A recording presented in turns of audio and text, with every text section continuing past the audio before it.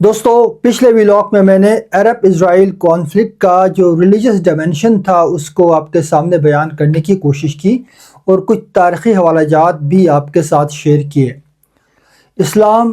Christianity اور جوڈازم تینوں مذاہب کا جو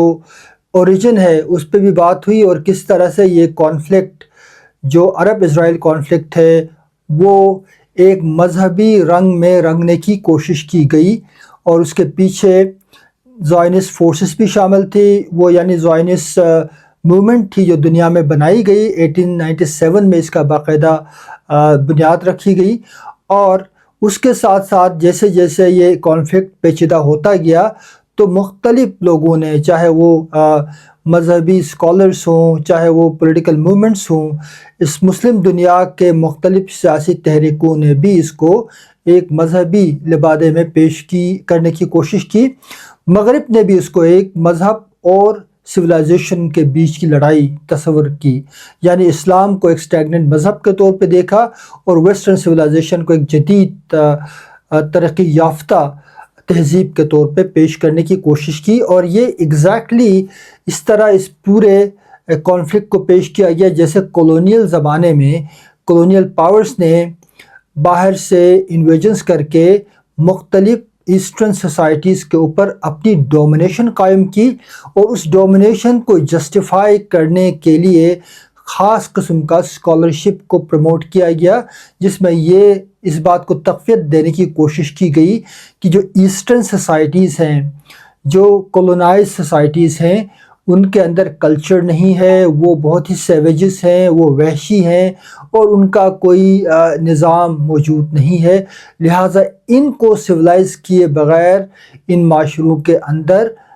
اصلاح نہیں لائی جا سکتی ہے۔ تو دوستو یہ ساری کولونیل ڈسکشن تھی کولونیل دور کی، اس کا مقصد تھی ایک آئیڈیالوجیکل ڈومینیشن کو اسٹیبلش کرنا تھا اور اس میں یہ ثابت کرنا تھا کہ کس طرح سے مغربی تہذیب مشرقی تہذیب سے بہتر ہے، اور یہ پورا کولونیل پروجیکٹ تھا اس کو ایک سویلائزیشنل ڈیوائڈ کے طور پہ یا سویلائزیشنل مشن کے طور پہ دیکھا گیا۔ ہم دیکھتے ہیں اس پورے مشن آف سویلائزیشن کے اندر جو سب سے بڑا ظلم پوشیدہ تھا وہ یہ تھا کہ جو مشرقی ممالک یعنی سوسائٹیز تھی، مشرقی معاشرہ تھا، اس کو پوری طرح سے مفلوج کر دیا گیا، انٹلیکچولی مفلوج کر دیا گیا، پولیٹیکلی مفلوج کر دیا گیا اور اکنامکلی مفلوج کر دیا گیا، اور ان کے ذرائع وسائل کا بے دریغ استعمال کیا گیا، ان کی ایکسٹریکشن کی گئی تاکہ مغربی کیپٹلز ہیں یا کلچرل سینٹرز ہیں ان کو اکنامک ہبس کو پیدا کیا جائے، اور اس کے لیے را مٹیریل، اس کے لیے تمام مٹیریل جو ریکوائرڈ تھا، یا چاہے ہیومن کیپٹل کی شکل میں ہو یا فزیکل کیپٹل کی شکل میں ہو، ہر طرح کے ذرائع کا بے دریغ استعمال کر کے مغربی دنیا کو آباد کیا گیا۔ اور اگر ہم اس کانٹیکس میں اس پورے عرب اسرائیل کانفلکٹ کو دیکھتے ہیں تو ہمیں کچھ مماثلت نظر آتی ہے، اس مماثلت کو سمجھنا بہت ضروری ہے۔ ایڈورڈ ڈبلیو سعید جس نے اپنے بک اورینٹلزم میں بہت ڈیٹیل کے ساتھ اس پورے کانسیپٹ کو بیان کیا ہے، اگر آپ کو اورینٹلزم کے اس پرٹیکولر اسکالرشپ میں کس طرح سے مشرقی دنیا کو فریم کیا گیا، کس طرح سے کولونیل سوسائٹیز کو فریم کیا گیا، اس کو سمجھنا ہے تو آپ اورینٹلزم کو ضرور پڑھیے، اور اس میں بہت تفصیل کے ساتھ کلچر، آرٹ، پولیٹکس، اکانومی، ہر چیز کے حوالے سے ڈسکشن کی گئی ہے۔ اور اس کے بعد جو پوسٹ کولونیل سوسائٹیز کی مختلف اسکالرشپس پیدا ہوئی، اسٹڈیز بہت سارے کیے گئے، ان میں بھی اس کریٹیکل تھیوری کے اندر بھی اس اورینٹلزم والی جو اسکالرشپ تھی جس کو ایڈورڈ ڈبلیو سعید نے آگے بڑھایا، اس کو مزید ایلابوریٹ کیا گیا اور اس کو مزید سبسٹینشیٹ کیا گیا۔ تو یہ پورا ایک اسکول آف تھاٹ ہے، اس کو پڑھنے سے آپ کو اندازہ ہوگا کہ کس طرح سے، جس طرح ہمیں بتایا جاتا ہے کہ مطلب ویسٹرن سوسائٹیز بہت ہی ڈیولپ، بہت ہی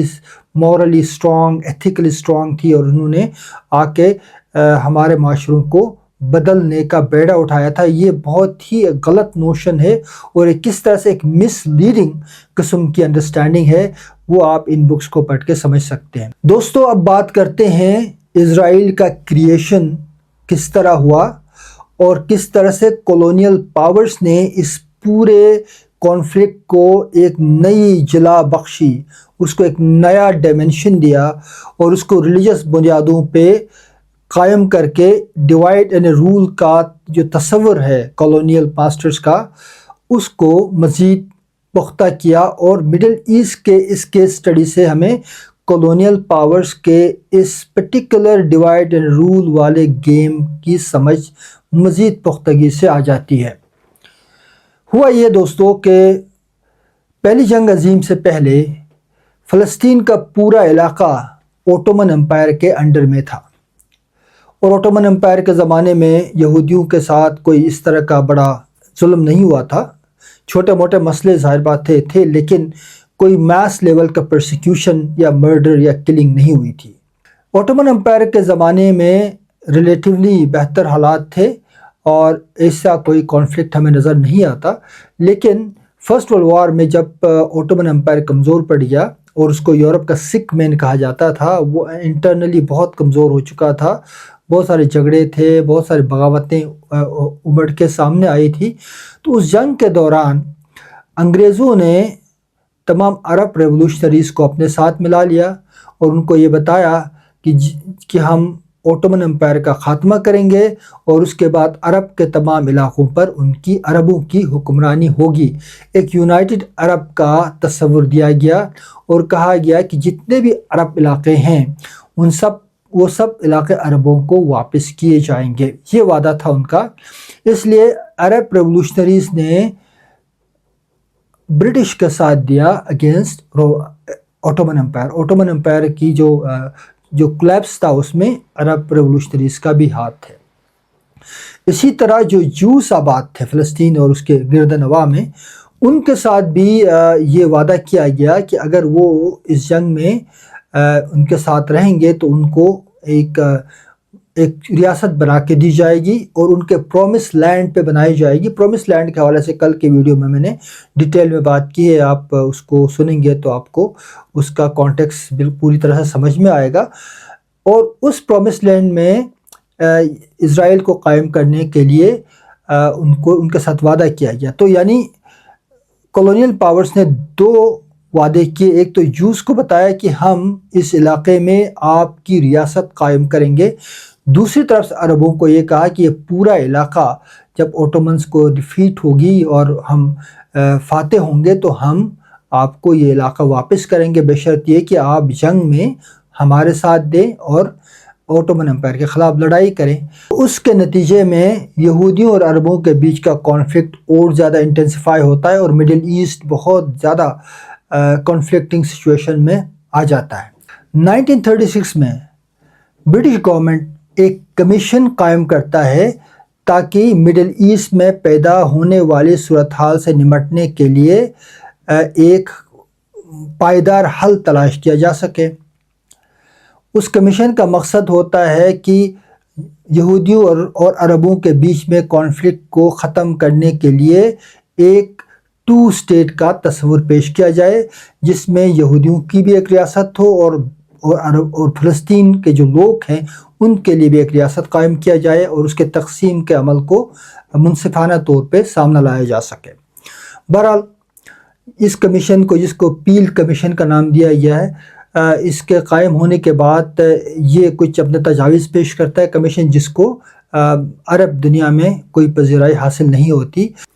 دوستو 1945 میں جب برطانیہ مڈل ایسٹ کو چھوڑ کے چلا جاتا ہے تو اس کے بعد یہ مسئلہ اقوام متحدہ کے پاس چلا جاتا ہے۔ تو دوستو 1947 میں جب اقوام متحدہ 2 اسٹیٹ سولوشن لے کے آتا ہے، جس میں یہ کہا جاتا ہے کہ فلسطین کا 57% حصہ اسرائیل کو دیا جائے گا اور اسرائیل کی ریاست قائم ہوگی، اور ریمیننگ 43% حصہ میں فلسطینیوں کی ریاست قائم ہوگی۔ یہ سولوشن جو ہے وہ عرب دنیا کو بالکل پسند نہیں آتا اور وہ بہت ہی پریشان ہوتے ہیں اور بہت ہی ناراض بھی ہوتے ہیں۔ اور اسی اثنا میں 1948 میں ڈیوڈ بن گورین جو زائنسٹ موومنٹ کے اس وقت کے سرکردہ لیڈر تھے، وہ اسرائیلی ریاست کا اناؤنس کرتے ہیں، اور یہ اعلان کیا جاتا ہے کہ اس علاقے میں جو اقوام متحدہ نے ڈیمارکیٹ کیا ہے، یہاں پر اسرائیل کی ریاست قائم ہوگی۔ اس پہ پوری عرب دنیا میں ایک تشویش کی لہر دوڑ اٹھتی ہے، اور عربوں نے مل کے یہ فیصلہ کیا کہ اب ہم اس ریاست کو قائم ہونے نہیں دیں گے، تو وہ اسرائیل پر حملہ آور ہوتے ہیں۔ جی، یہ جنگ شروع ہو جاتی ہے، اور جنگ میں کچھ عرصہ چلنے کے بعد یہ جنگ بہرحال اسرائیل کا پلہ بھاری ہو جاتا ہے۔ پوری مغرب دنیا کا سپورٹ اس کو حاصل ہوتا ہے، یورپین ممالک سپورٹ کرتے ہیں، اس زمانے میں امریکہ خود اسرائیل کے حامی ہوتا ہے۔ تو 1948 میں اسرائیلی ریاست کے قیام کے فوراً بعد تمام عرب تحریکیں متحد ہو جاتی ہیں اور اسرائیل پہ حملہ آور ہوتی ہیں۔ تو ان کا یہ مقصد ہوتا ہے کہ کسی طرح سے بھی اس ریاست کے قیام کو ممکن نہ بنایا جائے، اور مڈل ایسٹ میں کسی کولونیل پروجیکٹ کو ہم چلنے نہیں دیں گے۔ لیکن بہرحال چونکہ اسرائیل ایک کولونیل پروجیکٹ تو تھا، ایک کولونیل ایجنڈا تو تھا، تو اس میں پوری مغربی دنیا بشمول امریکہ اسرائیل کی حمایت میں کھڑے ہوتے ہیں، اور اس جنگ میں اسرائیل کو فتح حاصل ہوتی ہے۔ اور نتیجہ یہ ہوتا ہے کہ جو علاقے فلسطین کو ملے تھے، وہ بھی ان سے بھی ان کو ہاتھ دھونا پڑتا ہے، اور کچھ علاقے مصر کے پاس آتے ہیں۔ یہ غزہ کا جو ایریا ہے، غزہ اسٹرپ، وہ مصر کے پاس آتا ہے۔ ویسٹ بینک میں وہ جارڈن کا قبضہ ہو جاتا ہے، اور اسی طرح مڈل ایسٹ کا نقشہ بدل جاتا ہے، اور فلسطینیوں کو کچھ نہیں ملتا، وہ بیچارے اپنے ہی زمین پر بے گھر ہو جاتے ہیں، اور یوں یہ سلسلہ اب آگے بڑھتا ہے۔ 1948 میں اس شکست کے بعد عرب ممالک دوبارہ اپنی نئی اسٹریٹجی پہ غور کرتے ہیں۔ اسی اثنا میں 1964 میں PLO کا قیام عمل میں آتا ہے۔ ابتدائی طور پہ PLO کا ایک ہی مقصد ہوتا ہے کہ وہ اسرائیل کے خلاف چھاپہ مار جنگ کرے، اس کے خلاف ہتھیار اٹھائے، اور بھرپور طریقے سے اسرائیل پر اٹیک کرے۔ بہرحال ہوتا یہ ہے کہ اسرائیل اپنا آپ انسرکلڈ فیل کرتا ہے، لیکن چونکہ اسرائیل ایک کولونیل پروجیکٹ تھا، مغربی ممالک چاہتے تھے کہ مڈل ایسٹ میں جہاں وسائل کی بہتات ہے، ایک طرف آئل ہے، گیس ہے، نیچرل ریسورسز ہیں، ان کے اوپر کنٹرول کرنے کے لیے ایک ایسی ریاست کا قیام ضروری تھا جو مغربی مفادات کی پروٹیکشن کے لیے کام کرے۔ عربوں پر زیادہ ٹرسٹ نہیں تھا ویسٹرن پاورز کا، اگرچہ عربوں نے فرسٹ ورلڈ وار میں، جیسے ہم نے پہلے کہا، اوٹومنز کے خلاف برٹش کا ساتھ دیا تھا، لیکن عربوں نے ریزسٹنس بھی کی تھی اسرائیل کے اسٹیبلشمنٹ پہ، اور اس لیے مغربی پاورز کے لیے ضروری تھا کہ ایک ایسی تگڑی ریاست بنائی جائے، ایسی پاورفل ریاست بنائی جائے جو عرب آنسلاٹ کو نہ صرف روکے بلکہ مغربی مفادات کا بھرپور پروٹیکشن بھی کریں، نیچرل ریسورسز پہ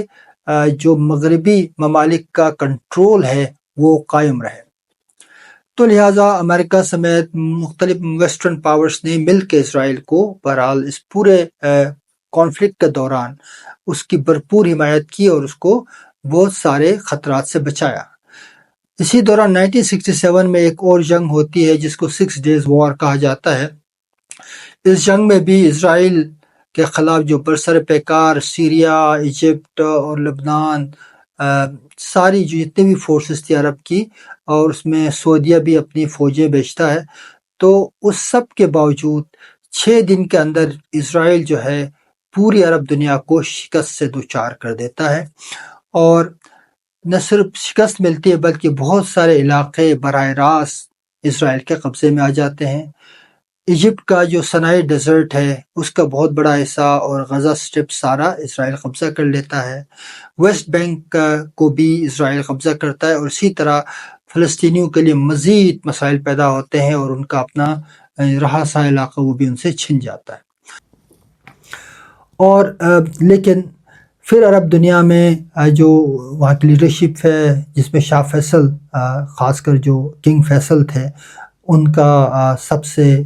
سینٹرل رول تھا، تو مل کے یہ فیصلہ کرتے ہیں کہ ہم جو ہے مغرب دنیا کو اپنا تیل نہیں بیچیں گے۔ عرب ممالک جہاں پر دنیا کا 30% آئل پیدا ہوتا تھا، اس کو روکنے کا پوری طرح سے فیصلہ کیا جاتا ہے۔ تو دوستو ہوتا یہ ہے کہ عرب ممالک مل کے یہ فیصلہ کرتے ہیں کہ وہ مغرب کو اب تیل نہیں بیچیں گے، اور اسی طرح تیل کے ایکسپورٹ پہ امبارگو لگایا جاتا ہے، جس کے نتیجے میں پورے مغرب میں ایک بڑی اکنامک کرائسس کا آغاز ہوتا ہے۔ پوری دنیا اس سے سفر کرتی ہے، تو مغربی دنیا کو دوبارہ اسرائیل کے ساتھ بات چیت کر کے معاملے کو نارملائز کرنے کی کوشش کی جاتی ہے۔ تو آئل امبارگو لگنے کے بعد مغربی دنیا میں کافی پریشانیاں پیدا ہوتی ہیں اور کافی خدشات پیدا ہوتے ہیں۔ اگر یہ سلسلہ جاری رہا مستقبل میں بھی تو ظاہر بات ہے اس کے بڑے اکنامک ریپرکشنز ہوں گے، تو لہٰذا نارملائزیشن کی کوشش کی جاتی ہے۔ 1978 میں کیمپ ڈیوڈ کا معاہدہ ہوتا ہے، جس میں ایجپٹ کے سربراہ، اسرائیل کے سربراہ اور امریکن پریزیڈنٹ کے بیچ میں ایک ڈسکشن ہوتی ہے، اور کیمپ ڈیوڈ معاہدے میں دوستو بہت اہم فیصلے کیے جاتے ہیں اور نارملائزیشن کی بھرپور کوشش کی جاتی ہے۔ اس میں یہ بھی فیصلہ ہوتا ہے کہ جو علاقے اسرائیل نے جنگ کے دوران حاصل کیے تھے ایجپٹ کے، وہ ایجپٹ کو واپس کیے جائیں گے، اور سینائی ڈیزرٹ کا پورا علاقہ ایجپٹ کو واپس کیا جاتا ہے، اور ایجپٹ بھی اسرائیل کی وجود کو تسلیم کر لیتا ہے، اور آپس میں ایک دوسرے پر حملہ نہ کرنے کا بھی وعدہ کیا جاتا ہے۔ تو دوستو عرب دنیا میں کیمپ ڈیوڈ معاہدے کو اپریشیٹ نہیں کیا جاتا، اور نتیجہ یہ نکلتا ہے کہ حماس اور حزب اللہ جیسی تنظیمیں وجود میں آتی ہیں جو اس معاہدے کو ٹھکراتی ہیں، اور وہ سمجھتی ہیں کہ جب تک عرب ایریاز کو، فلسطین کو یہودیوں سے لبریٹ نہ کرایا جائے تب تک ہم چین سے نہیں بیٹھیں گے، لہٰذا وہ اسرائیل کے وجود کو تسلیم کرنے کے لیے تیار نہیں ہوتے۔ 1980s کے دہائی میں دوستو پرتشدد واقعات جاری رہتے ہیں، کوئی ریسپائٹ نہیں ہوتا، کوئی سکون یا کوئی پیس اسٹیبلش نہیں ہوتا۔ دوستو 1992 میں امن کی ایک نئی امید پیدا ہو جاتی ہے جب آئزیک رابن اسرائیل کے پرائم منسٹر بنتے ہیں، اور آئزیک رابن اپنے پریڈیسیسر کے مقابلے میں کافی لچک دکھاتے ہیں۔ وہ سمجھتے ہیں کہ مڈل ایسٹ میں امن تب قائم ہوگا جب دو ریاست کا آپشن کو مکمل طور پہ امپلیمنٹ کیا جائے، جس میں فلسطین کی ریاست کو قائم کیا جائے اور اسرائیل اس کو تسلیم کرے، اور اسرائیل کو بھی as a response to this فلسطین جو ہے ایز اے ریاست قبول کرے۔ تو اس میں ایک ایکارڈ ہوتا ہے جس کو اوسلو ایکارڈ کہا جاتا ہے 1993-94 میں۔ تو اس کے بعد امن کی ایک نئی جو ہے امید کی کرن پیدا ہوتی ہے، لیکن یہ کوئی زیادہ دیر یہ امید قائم نہیں رہتی، کیونکہ جو آرتھوڈکس جوز ہیں انہوں نے اس کی بھرپور مخالفت کی ایک طرف، دوسری طرف جو ایکسٹریمسٹ مسلم موومنٹس تھی ان کی طرف سے بھی اس کی بھرپور مخالفت کی گئی، اور نتیجہ یہ نکلتا ہے کہ آئزیک رابن کو اسیسینیٹ کیا جاتا ہے، اور اس کو اسیسینیٹ کرنے میں آرتھوڈکس جو زائنسٹ ہے ان کا ہاتھ ہوتا ہے۔ تو اسی طرح جب امن کی پہلی امید قائم ہوئی تھی وہ بھی مدھم ہو جاتی ہے، اور کانفلکٹ ایک دفعہ پھر جنم لیتا ہے۔ دوستو جو تاریخی واقعات میں نے آپ کے سامنے رکھے یہ تو صرف ایونٹس ہیں، اور ہم نے دیکھا کہ کس طرح سے کانفلکٹ کو قائم رکھا گیا، اور کانفلکٹ کو ختم کرنے کی تمام کوششوں کو دونوں طرف سے جو ایکسٹریمسٹ فورسز تھے انہوں نے ناکام بنایا۔ ابھی ریسنٹلی بات تھی جب اسماعیل ہنیہ کو مارا گیا اور حسن نصر اللہ کو اسیسینیٹ کیا گیا، تو بیسیکلی یہ وہ لوگ تھے جو کسی حد تک اس بات پہ آ گئے تھے کہ اب یہ کانفلکٹ ہے اس کو ختم ہونا چاہیے، اس کے لیے ایک گفت شنید اور پیسفل پروسیس کا آگے بڑھنا ضروری تھا، سمجھا جاتا تھا۔ حماس کی جانب سے اسماعیل ہنیہ کے بارے میں یہ تصور کیا جاتا تھا کہ وہ لچک رکھتے ہیں اور وہ پیس کی بات کرنے کے لیے تیار ہیں۔ اسی طرح حسن نصر اللہ بھی بہت حد تک ایک پیس پروسیس کو آگے بڑھانے کے حق میں نظر آ رہے تھے، لیکن ان دونوں کو ہی اسرائیل نے ٹارگٹ کیا، اور اس کے بعد آپ دیکھیں کہ صورتحال ہمارے ہاتھ سے نکل گئی۔ مڈل ایسٹ میں امن کی کوئی بھی کوشش جو ہے وہ ناکام رہی ہے، اور کوشش کرنے والے جو پیس پروسیس کو آگے بڑھانے والی آوازوں کو بھی دبایا گیا ہے۔ تو اس سے کیا بات ثابت ہوتی ہے دوستوں؟ سے یہ بات ثابت ہوتی ہے کہ کوئی نہ کوئی تو ہے جو نہیں چاہتا کہ مڈل ایسٹ میں امن قائم ہو۔ نہ اسرائیل چاہتا ہے، نہ امریکہ چاہتا ہے، اور نہ ہی حماس چاہتا ہے، اور نہ ہی حزب اللہ چاہتا ہے، اور نہ ہی ایران چاہتا ہے۔ ان تمام کے اپنے اپنے ایجنڈاز ہیں دوستو۔ مغربی دنیا کے ایجنڈاز کیا ہیں؟ مغربی دنیا کے ایجنڈاز تو سمپل ہیں، کولونیل دور سے لے کے آج تک بالکل سمپل ایجنڈا ہے کہ مڈل ایسٹ کے وسائل پر ان کا براہ راست قبضہ ہونا بہت ضروری ہے، اور اس کے لیے مڈل ایسٹ میں ایک تگڑا پولیس مین ان کے حق میں ہو جو کہ اسرائیل ہے، اور اسرائیل کو پوری بھرپور حمایت، اسلحہ سمیت پیسہ، ڈالرز، ہر چیز کی مکمل حمایت حاصل رہی ہے۔ دوسری طرف مڈل ایسٹ میں کچھ جو عرب دنیا میں بھی، ایران میں، عرب دنیا میں یعنی پرشیا اور عرب دونوں سائڈ پہ اس وقت جو ہے منارکیز ہیں۔ ایک طرف ریلیجس منارکی ہے، بادشاہتیں ہیں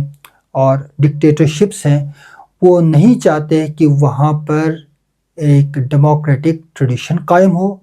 وہ نہیں چاہتے وہاں پر کوئی جمہوری تحریک چلے اور جمہوری تحریک کے ذریعے امن کے عمل کو آگے بڑھایا جائے، کیونکہ جمہوری تحریک چلے گی تو ان کے بادشاہتوں کو خطرہ ہے۔ سعودی عرب امریکہ کے قریب ہے۔ سعودی عرب کے لیے آسان طریقہ یہ ہے کہ اس کا جو شاہی خاندان ہے وہ امریکہ سے بنائے رکھے، باقی معاملہ چلتے رہیں، ان کے لیے کوئی نہیں فرق پڑتا، ان کے لیے کوئی ایشو نہیں ہے۔ they don't bother at all۔ تو ایک طرف تو یہ ہے۔ دوسری جانب دوستو، ایران کے اندر بھی ایک ریلیجس منارکی ہے، اور ایران کے اندر جو مخدوش اکنامک حالات ہیں، ریلیجس منارکی کو پتہ ہے کہ ریاکشن بہت سخت ہوگا، اور وہ قوتیں جو اس منارکی کو ختم کرنا چاہتی ہیں، جو ڈیموکریٹک ٹریڈیشن لانا چاہتی ہیں، ان کو چیلنج کرنا اور ان کو دبانا بہت ضروری ہے۔ وہ تب ممکن ہے جب آپ مڈل ایسٹ کے اندر ایک ریلیجس آئیڈیالوجی کو مضبوطی سے آگے بڑھائیں، کانفلکٹ کو پرپیچویٹ کریں، اسرائیل کو اپنا پرماننٹ دشمن بنائیں۔ اور اسرائیل کے لیے بھی یہ ضروری ہے کہ وہ ان حماس، حزب اللہ جیسے تحریکوں کو سامنے رکھے اور یہ بتائیں کہ ہم تو امن چاہتے ہیں لیکن یہ امن نہیں چاہتے۔ حالانکہ اسرائیل خود بینیفیشری رہا ہے حزب اللہ اور حماس جیسے تحریکوں کا، کیونکہ یہ وہ تحریکیں ہیں جو اصلی معنوں میں، صحیح معنوں میں عرب کے اندر کوئی تبدیلی کے عمل کو لانے سے روکتے ہیں، کیونکہ یہ مذہب کا استعمال کرتے ہیں، اور یہ اپنی ایک خاص فروعی سوچ کے ذریعے مڈل ایسٹ میں ایک لارجر پیس اور لارجر ڈیموکریٹک ٹریڈیشن کو قائم کرنے کا موقع نہیں دیتے۔ تو ایجنڈا دونوں طرف سیم ہے دوستو، اور اس میں بہت سارے لوگ یا تو اس کیمپ میں ہے، یعنی یا تو یہ ریلیجس کیمپ میں ہے، یا دوسری طرف سے جو کولونیل پاورز ہیں ان کے کیمپ میں ہے۔ تو مڈل کا راستہ ہے جہاں پہ اصل میں امن قائم ہونا ہے، جہاں پہ پیس اسٹیبلش ہونا چاہیے، اس پہ کوئی بات نہیں کرتا۔ دوستو، ہمیں اور آپ کو اب غور کرنا ہے اور سمجھنا ہے کہ اصل جنگ مفادات کی ہے، اصل جنگ ہے معاشی اور مادی مفادات کی، اور یہ دونوں طرف پریویل کرتی ہیں۔ ہمیں چاہیے کہ ہم ان دونوں تعصبات سے بالا ہو کے اس پورے مسئلے کا انالیسس کریں، اور ایک کولونیل پروجیکٹ ہے، اور اس کولونیل پروجیکٹ کے بینیفیشریز ہیں، چاہے وہ مڈل ایسٹ میں ہوں چاہے وہ ویسٹ میں ہوں، ان کو بھی ایکسپوز کرنا ہماری اور آپ کی ذمہ داری ہونی چاہیے، اور ہمیں ایک بہتر قسم کا مستقبل مڈل ایسٹ میں تب نظر آئے گا جب ہم نہ صرف اسرائیل کو ریزسٹ کریں جو کہ بہت ہی بروٹل فورس ہے، بلکہ ہم ان منارکیز کو بھی کوسچن کریں، ان کو بھی ریزسٹ کریں جو اس کانفلکٹ کو قائم رکھنا چاہتے ہیں۔ تو لڑائی دوہری ہے دوستو، ایک ہے اسرائیل کے خلاف ریزسٹنس جو کہ لیجیٹیمیٹ ہے، اور دوسرا منارکیز اور ریلیجس ایکسٹریمسٹ کے خلاف بھی تحریک عام عرب لوگوں کی ہونی چاہیے، عام ایرانینز کی ہونی چاہیے، عام دنیا کے ہیومن رائٹس کے تمام چیمپئنز کی لڑائی ہونی چاہیے تاکہ اس علاقے میں امن کو پائیدار بنیادوں پہ قائم کیا جا سکے۔ اگلے ویڈیو میں ہم بات کریں گے کہ اگر خدا نخواستہ ایران اور اسرائیل میں جنگ چھڑ جاتی ہے تو اس کے کیا نتائج ہوں گے، اور ایران کا اس میں کیا مفاد ہے، اسرائیل کا کیا مفاد ہے، اور کیا ایک کمپیریٹیو انالیسس کیا جا سکتا ہے کہ ان کے ملٹری اسٹرینتھ کا اگر خدا نخواستہ جنگ ایکسکلیٹ کر جاتی ہے اور اس میں تباہ کاریاں بڑھتی ہیں تو ہوں گے تو دونوں لوزر، ظاہر بات ہے جنگ میں کوئی جیتتا نہیں، لیکن یہ دیکھنا بھی ضروری ہے کہ اگر ایران کے اوپر حملہ ہوتا ہے تو کیا ایران کے پاس وہ کیپیسٹی ہے کہ وہ اس کو ڈیفائی کرے، یا ایران اسرائیل پر اٹیک کرتا ہے کہ اسرائیل اس پورے آنسلاٹ کو روک سکتا ہے۔ تو دونوں کے ملٹری اسٹرینتھ اور ویکنیسز کا کمپیریٹیو انالیسس بھی کل کے پروگرام میں کرنے کی کوشش کروں گا۔ ابھی اتنا ہی، آپ لوگوں کا بہت شکریہ، ملتے ہیں ایک نئے ولاگ کے ساتھ، تھینک یو۔